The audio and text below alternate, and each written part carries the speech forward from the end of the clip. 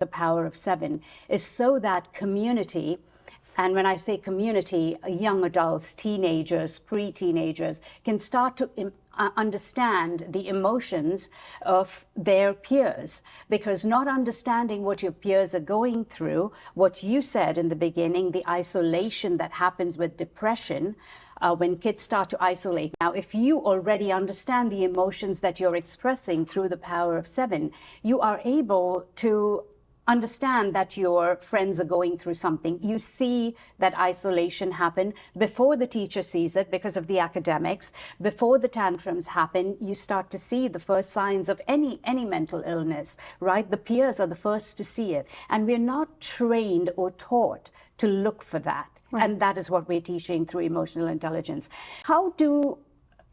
And I can't imagine the amount of families that have gone through this process thinking their kids have ADHD or some kind of other disorder when it's probably much more serious. And by the time you realize that they've been on all different kinds of treatments, because we really don't know.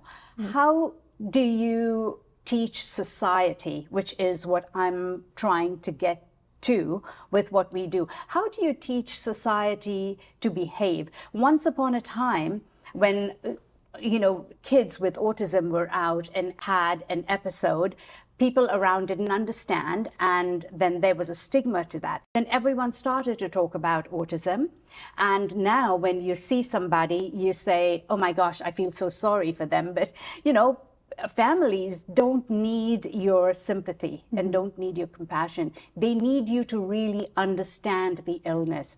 And now that we're starting to talk about borderline personality disorder, which is probably the worst of mental health illnesses, how do you talk to society? How do you talk to the people that you haven't had a chance to share what your family is going through, because your family's been struggling and dealing with this?